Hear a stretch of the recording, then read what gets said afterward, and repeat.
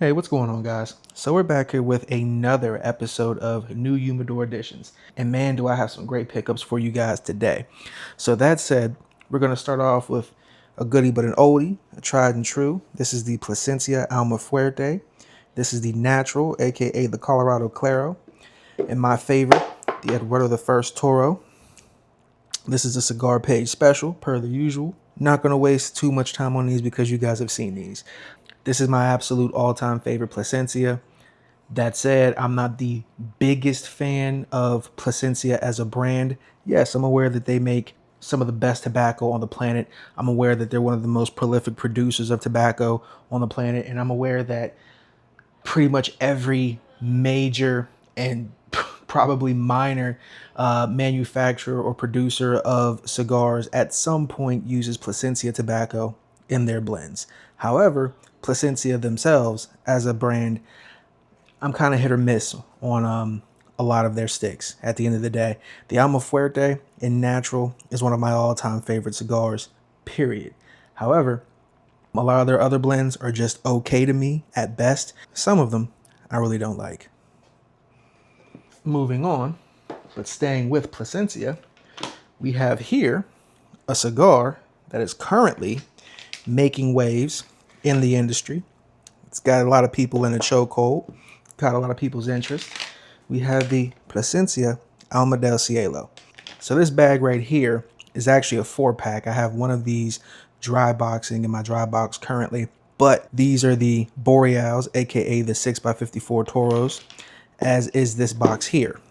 Now the difference here is that I got these from a local B&M and I picked these up from Cigar Page. And as you can see, these are still in the cellophane. But that said, we're gonna go ahead and cut the cellophane off for you guys.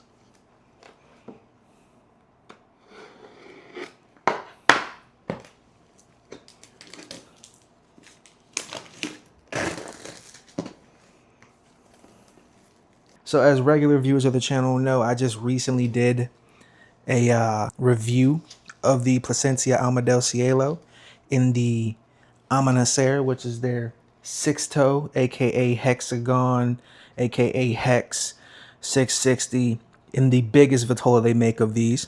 It actually is a very, very good cigar, phenomenal flavors, good overall experience, although it does take a very precipitous dip in the final third, and I did have some cracking issues. Hopefully that's relegated to just the 6-toe, and some of those issues are hopefully just because, especially with the flavor falling off in the final third, were because they're just very young. Granted, we don't know how much post-roll aging these do or don't have coming from the factory, but this is a very new blend to the market. So, case in point, this is a brand new box of Plasencia Alma Fuertes, but if you actually look, this box itself is from June 2024. So these are coming up on a year old, even though I just now got these. So these I'm not sure when they were boxed. I'm actually going to take a look here in a second.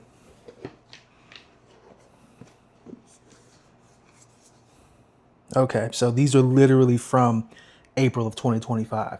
So these are brand new cigars. So I'm hoping that with a little bit of age, it can get rid of some of that bitterness that I experienced in the final third of the 660. Now, not all cigars age well. Not all cigars do well with extended age. A lot of cigars are actually at their best coming directly from the factory. But these are pretty solid. And more importantly, I would say that the flavors are intense enough to withstand time, because cigars do mellow over time. So a lot of times you can age a cigar past its prime, essentially turn it into a flavorless bundle of leaves. I don't think that'll happen with these. All right, guys. So as you guys might have seen in a more recent vid, we have a second box of the Rojas Street Tacos in Cinco de Mayo. My first box actually came from Jack Schwartz Importer, and I paid about $260, which is slightly above MSRP for those. MSRP being right around $12, $12.50. It was well within the range of like what most shops are charging. So I paid about $13 per stick from Jack Schwartz Importer. However, I got this box from Cigar Page for about $225. before tax. After tax, I think it ended up being around $238 out the door, shipped to my house. And I also believe Cigar Page is sold out of these at the moment as we speak. So, and then here we have the Roja Street Tacos. As you can see with a little sign that's ready for display. If I were a B&M, which I am not. And just like the ones from Jack Schwartz Importer, I'm pretty sure these came super dry. So I don't know what it is, how long these were sitting in a warehouse, how long these took to ship, or whatever the issue was. But when I got mine from Jack Schwartz Importer, they came in very, very dry. Just based off the feel, these kind of also feel dry. Although, they're not crazy dry. You could definitely still see the oil sheen on the wrapper. Partially closed foot, very toothy wrapper. And that aroma is so good. After the review I recently did on these, I knew I had to get another box. So when the opportunity presented itself and I was able to get it under retail, couldn't pass that up. All right, guys. Next up is another cigar that you guys have seen on the channel many times before. We have the Andalusian Bull. Now, this box I specifically kept the cellophane on because as you guys may know, for those of you who, again, regulars to my channel, you guys know I have several boxes of the Andalusian Bull. As it stands currently right now, I have 3 full boxes in the box of the Andalusian Bull and probably 8 or 9 loose singles. So I kept the cellophane on this box just so you guys know this is really another new box in a fresh crack. I honestly have no real need to open these, but one thing I do notice about the Andalusian Bull is that they tend to come a bit dry also. I don't know how long these things sit in whatever warehouse they sit in, but you can generally tell that with the Andalusian Bull, they've sat somewhere for a minute. And the reason why I can say that is because they usually have a Boveda pack in them. And that Boveda pack is usually crispy. And here we are. Fresh box of Andalusian Bulls. And per the usual, crispy. So this is why I typically open my Bulls. Just because I can almost guarantee you that whatever 69% Boveda pack is in them, it's always 69%, it's going to be a brick. It's going to be stale. It's going to be a saltine cracker. It is going to be dry and crispy. Which also leads me to believe that these sit in whatever warehouse they're sitting in for an extended period of time. Kind of making me think that this is one of those situations where the manufacturer is creating artificial scarcity. And I wouldn't doubt it. But either way, here we are. I'll just replace this and then rehydrate this and put this in a collection with everything else. This one here. I'm not going to lie to you. The main reason why I wanted to grab this one on the end was because I wanted to make sure I didn't catch it with my knife. But absolutely beautiful sticks. Beautifully rolled. Very consistent. Smells phenomenal. Andalusian Bulls have a very distinct smell. I know what you're saying. Cigars have a distinct smell. Yes, this is true. But certain blends have a very, very unique smell that is unique to them. And Andalusian Bull is definitely one of them.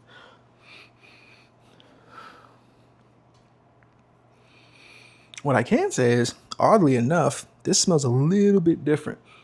It definitely smells like a bull, but these have more of like a maple syrup characteristic to them for some reason. Not really sure why that is.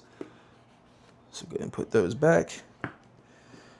And so now that gives me currently around 4 full boxes of the Andalusian Bull, as well as, like I said before, around 8 or 9, can't remember exactly how many, but around 8 or 9 loose singles of Andalusian Bulls.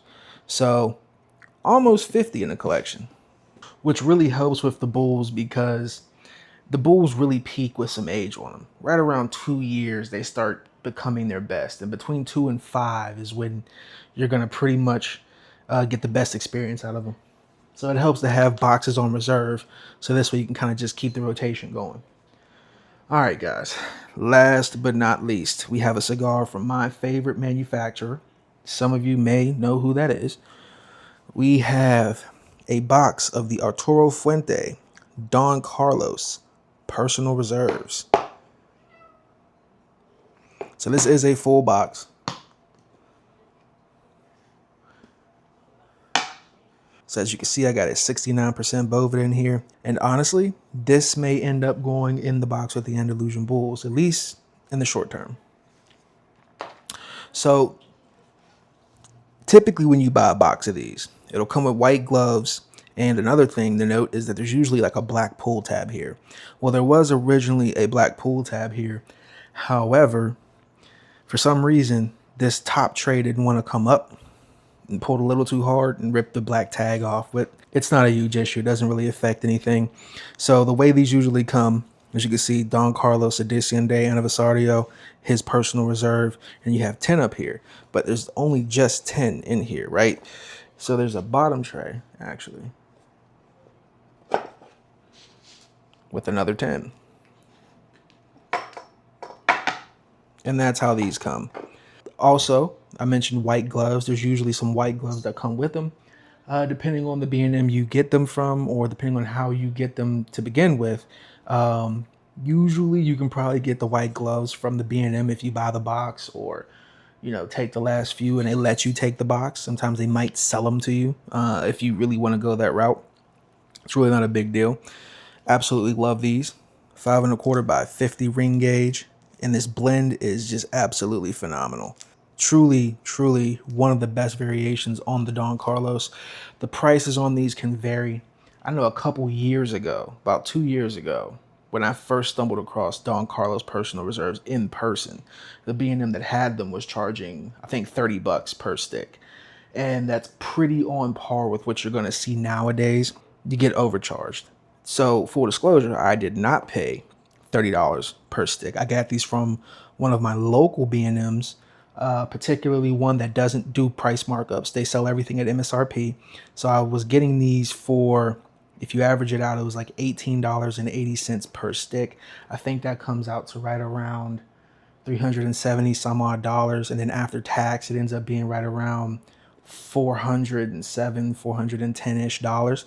But I mean, I'm seeing these on websites now for $600-700, which is kind of insane to me. I mean, I love these sticks, but I'm not paying $30-35, especially at this point, for these cigars. Like the first couple that I bought, I paid $30 for because I had never tried them before. But then I had gotten to try them, and then also realized that if you're patient enough and lucky enough, you might come across the box. I actually passed up on several boxes during the holiday season in 2024, but I was just fortunate enough that the opportunity came back around more recently. Okay, guys, so that's been this episode of New Humidor Editions. As you guys can see, we got plenty, and I mean plenty, of high quality sticks. Some of my favorites, some of my new favorites, some of my grails. It pretty much spans the gauntlet. This is definitely one of, in my opinion, my better, more recent pickups. Although, as you guys know, pretty much all my pickups are good. But no, seriously, I appreciate you guys. Thanks for the love and support. Thanks for watching the content, and I'll catch you guys next time.